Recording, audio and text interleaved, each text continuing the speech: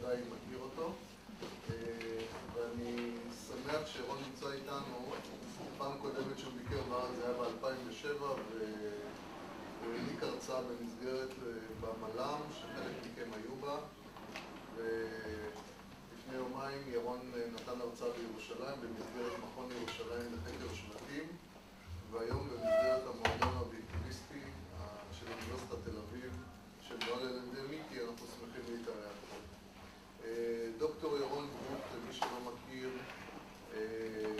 הוא בעל עבר ישראלי, שירת בחיל המודיעין בעבר, למד הנדסה אזרחית בטכניון, ב-87 החל את לימודיו באוניברסיטת טקסס, בלימודי כלכלה ומימון, המשיך לדוקטורט, עבד כמרצה באוניברסיטאות בארצות הברית, וקיבל את המינוי המאתגר מאוד והאחראי מאוד של להיות יושב ראש ומנהל מכון איין רנד בארצות הברית. מינוי שהפך להיות נושא חם ביותר בשנה האחרונה. אומרים שבדרך כלל שסופר כותב ספר, אז הקידום מחירות אחרי שנים נעשה על ידי הוליווד. זאת אומרת, מפיקים את הסרט ויוצאים בקמפיינים פרסומיים לספר, וזה הפרסום. במקרה של מרד הנפילים, למרבה הצער, קידום המחירות החזק ביותר נעשה לא על ידי הוליווד, אלא על ידי וושינגטון. היות והביורוקרטים בוושינגטון עובדים ימים כלילות על מנת להגשים את הנבואות הקודרות של איין רנד.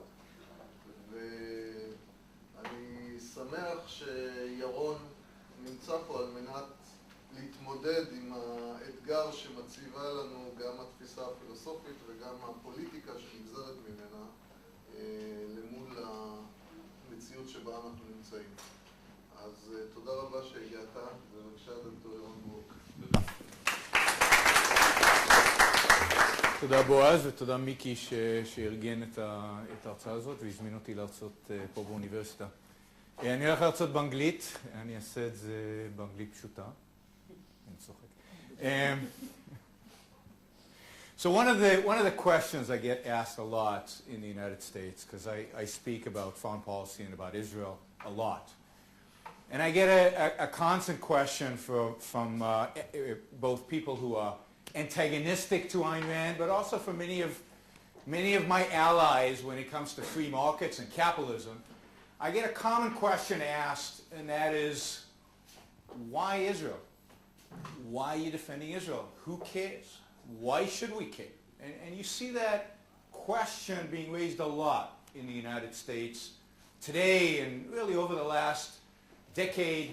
Why do we need to support Israel? Why should we care about Israel? Why does it make any difference to our lives? And why, as an extension of that, does the Ayn Rand Institute spend any time at all talking about Israel, talking about the situation in the Middle East, and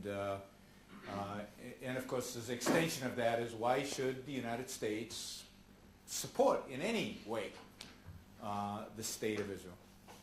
Now, you know, I find that question quite amazing, and I tell people that I find quite stunning, particularly in the aftermath of 9/11, because in my view, what happened on September 11th should have made very clear to Americans, particularly to freedom-loving Americans, that Israel and the United States, if nothing else, and there is an else, but if nothing else, share a common enemy.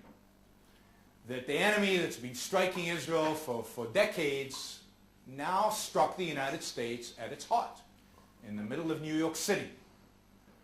And that should have made clear the bond between the two countries and why it is so essential for the two countries to be allies in a common battle against a common enemy. And I'll describe that enemy in a minute and who I mean and what I think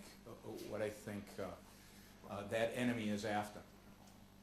Beyond that, because I think that even pre-9/11 and it should have been obvious, the United States and Israel share a very fundamental bond, and that is that they are both free countries.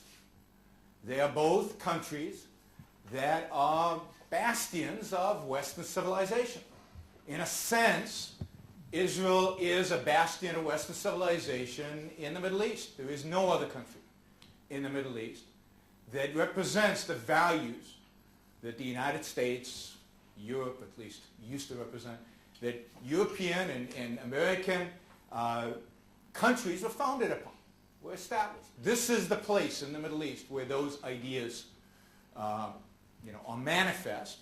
And those ideas are what are being threatened. Those ideas are what are being attacked. Those ideas are what are under siege here, and of course now I think in the rest of the West, by what I consider a barbaric culture all around. This is the center of civilization, and to the extent that the rest of the civilized world turns its back on a civilized place like Israel is to the extent to which it turns its back on itself. It declares its own defeat and declares its own suicide. So in many ways, I believe that the U.S.'s and the West's generally attitude towards Israel is a reflection on America and the West's attitude towards itself, towards the values that created the U.S., that created the West, towards the values of freedom, of both freedom politically, economic freedom, of reason, of science, of what made the West the West.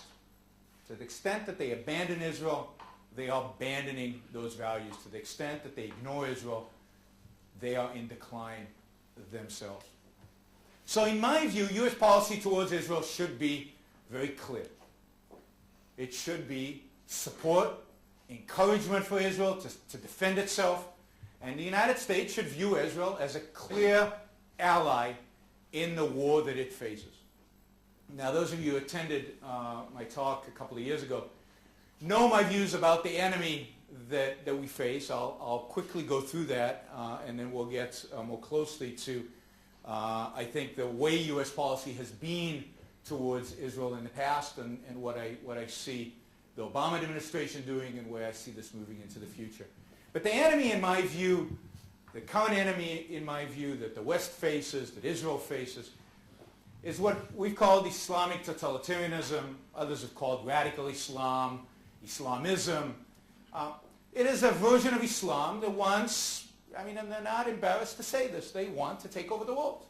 They want to impose their ideology, their Sharia law, Islamic law, on all of us, everywhere, in the entire world. They believe this is their mission, a mission they got directly from God.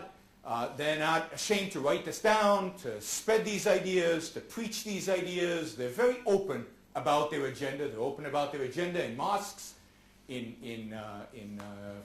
New York. They're open about it in mosques in London. They're open about it in mosques all over the Middle East. This is the ideology that drove the terrorists in 9/11.